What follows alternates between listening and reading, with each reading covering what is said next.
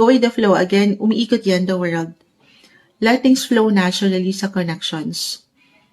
Huwag niyong bigyan ng control or ano pa man. Acceptance, pagtanggap, pagyakap sa pagkakaiba na pwede niyong maramdaman sa kapareha. Partnership in life or relationship, marriage.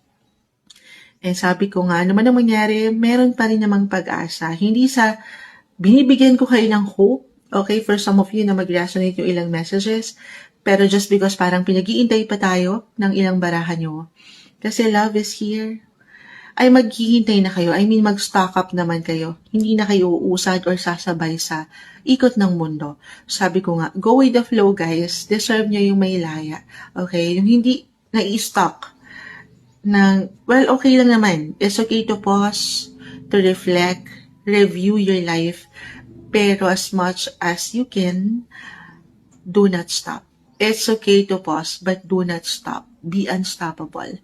Okay? Huwag mong pahintulutan na sa isang punto na parang hindi lang kayo magkasabay ng isang tao ay titigil na or guguho na ang mundo mo. The world doesn't stop just because merong tumigil or merong nawala or merong parang nababaan yung enerhiya. Okay? Tuloy lang, laban lang.